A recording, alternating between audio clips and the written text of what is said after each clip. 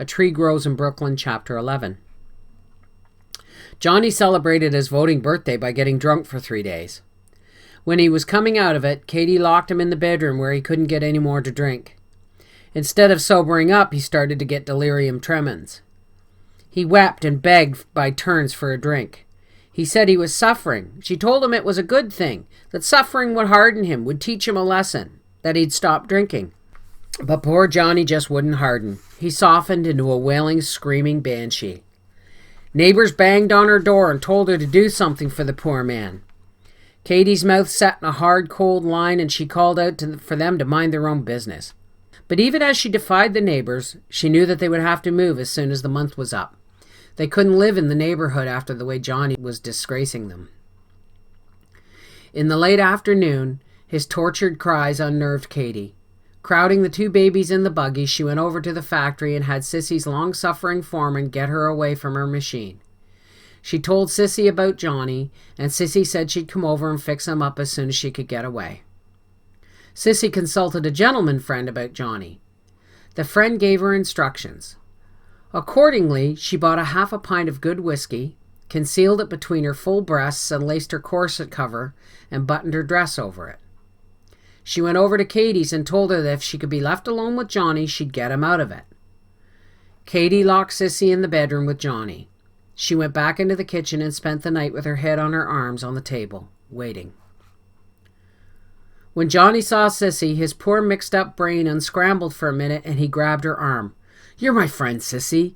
You're my sister. For God's sakes, give me a drink." "Take it slow, Johnny," she said in her soft, comforting voice. "I've got a drink right here for you." She unbuttoned her waist, releasing a cascade of foaming white embroidered ruffles and dark pink ribbon. The room filled up with the sweet scent of the warm, strong sachet she used. Johnny stared as she undid an intricate bow and loosened her corset cover. The poor fellow remembered her reputation and misunderstood. No, Sissy, please," he moaned. "Don't be a dockle, Johnny. There's a time and a place for everything, and this isn't the time." She pulled out the bottle. He grabbed it. It was warm from her. She let him take a long drink, and then she dug the bottle out of his clutching fingers. He quieted down after the drink, got sleepy, and begged her not to go away. She promised. Without bothering to tie up her ribbons or button her waist, she lay on the bed beside him. She put her arm under his shoulders, and he rested his cheek against her bare, warm, scented breast. He slept, and tears came from under his closed lids, and they were warmer than the flesh they fell on. She lay awake, holding him in her arms and staring into the darkness. She felt towards him as she would have felt towards her babies, had they only lived to know her warm love. She stroked his curling hair and smoothed his cheek gently. When he moaned at his sleep, she soothed him with the kind words she would have spoken to her babies. Her arm cramped and she tried to move it. He woke up for a moment, clutched her tightly, and begged her not to leave him. When he spoke to her, he called her mother. Whenever he woke up and got afraid, she gave him a swallow of whiskey. Towards morning, he woke. His head was clearer, but he said it hurt. He jerked away from her and moaned. "Come back to Mama," she said in a soft, fluttering voice. She opened her arms wide, and once more he crept into them and rested his cheek on her generous breast. He wept bitterly. He sobbed out his fears and his worries and his bewilderment at the way things were in the world. She let him talk. She let him weep. She held him in the way his mother should have held him as a child, which she never did. Sometimes Sissy wept with him. When he talked himself out, she gave him what was left of the whiskey, and at last he fell into a deep, exhausted sleep. She lay very still for a long time, not wanting him to feel her withdrawing from him. Towards dawn, his tight holding of her hand relaxed. Peace came into his face and made it boyish again. Sissy put his head on the pillow, expertly undressed him, and put him under the covers. She threw the empty whiskey bottle down the air shaft. She figured what Katie didn't know couldn't possibly bother her. She tied her pink ribbons carelessly and adjusted her waist. She closed the door very softly when she went out. Sissy had 2 great failings. She was a great lover and a great mother.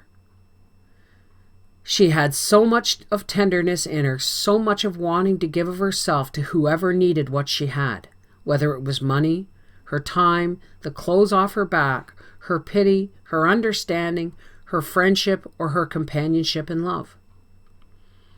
She was a mother to everything that came her way. She loved men, yes. She loved women too, and old people, and especially children. How she loved children. She loved the down and outers. She wanted to make everybody happy. She had tried to seduce the good priest who heard her infrequent confessions because she felt sorry for him. She thought he was missing the greatest joy on earth by being committed to a life of celibacy. She loved all the scratching curs on the street and wept for the gaunt scavenging cats who slunk around Brooklyn corners with their sides swollen, looking for a hole with which they might bring forth their young. She loved the sooty sparrows and thought that the very grass that grew in the lots was beautiful. She picked bouquets of white clover in the lots, believing that they were the most beautiful flowers God ever made. Once she saw a mouse in her room. The next night she set out a tiny box for him with cheese crumbs in it. Yes, she listened to everybody's troubles, but no one listened to hers. But that was right, because Sissy was a giver and never a taker. When Sissy came into the kitchen, Katie looked at Sissy's disordered clothing with swollen, suspicious eyes. "I'm not forgetting," she said with pitiful dignity, "that you are my sister, and I hope you remembered that too." "Don't be such a Heimschnitzdecker's ass," said Sissy, knowing what Katie meant, but she smiled deeply into Katie's eyes. Katie was suddenly reassured. "How's Johnny?" "Johnny will be fine when he wakes up, but for Christ's sweet sake, don't nag him when he wakes up. Don't nag him, Katie." "But he's got to be told. If I hear that you nag him, I'll get him away from you. I swear it, even though I am your sister." Katie knew she meant it and was a little frightened. "I won't then," she mumbled. "Not this time." "Now you're growing up into a woman," approved Sissy as she kissed Katie's cheek. She felt sorry for Katie as well as for Johnny. Katie broke down then and cried. She made hard, ugly noises because she hated herself for crying, yet couldn't help it. Sissy had to listen, to go through again all she had gone through with Johnny, only this time from Katie's angle. Sissy handled Katie differently than she had handled Johnny. She had been gentle and maternal with Johnny because he needed that. Sissy acknowledged the steeliness that was in Katie. She hardened to that steeliness as Katie finished her story. "And now you know it all, Sissy. Johnny's a drunk." "Well, everybody's something. We all got a tag of some kind. Take me now. Never took a drink in my life. But do you know," she stated with honest and consummate ignorance, "that there are some people who talk about me and call me a bad woman? Can you imagine that? I admit I smoke a sweet caporal once in a while, but bad? Well, Sissy, the way you carry on with men makes people—" "Katie, don't nag. All of us are what we have to be, and everyone lives the kind of life that's in him to live. You've got a good man, Katie. But he drinks, and he always will until he dies. There it is. He drinks. You must take that along with the rest."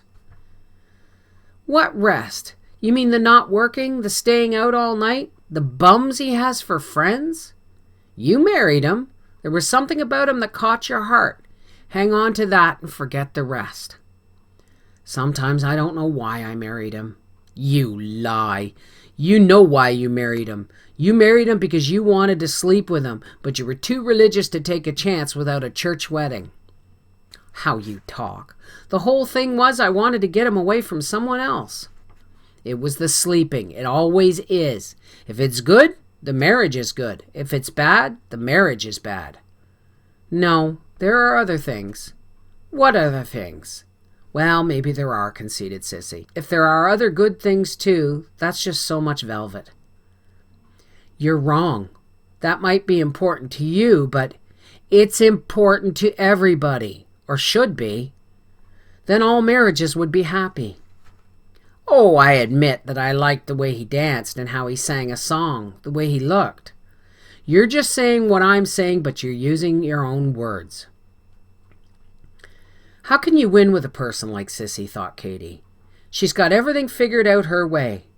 Maybe her way is a good way to figure things out. I don't know. She's my own sister, but people talk about her. She's a bad girl, and there's no getting around that. When she dies, her soul will wander in purgatory through all eternity. I've often told her that, and she always answered that it wouldn't wander alone. If Sissy dies before I do, I must have masses said for the repose of her soul. Maybe after a while she'll get out of purgatory, because even if they say she is bad, she's good to all the people in the world who are lucky enough to run across her. God will take that into consideration. Suddenly Katy leaned over and kissed Sissy on the cheek. Sissy was astonished because she could not know Katy's thoughts. Maybe you're right, Sissy. Maybe you're wrong. With me it comes down to this. Aside from his drinking, I love everything else about Johnny, and I will try to be good to him. I will try to overlook. She said no more. In her heart, Katy knew that she was not the overlooking kind. Francie lay awake in the wash basket set up near the kitchen range. She lay sucking her thumb and listening to the conversation, but she learned nothing from it, being only 2 years old at the time.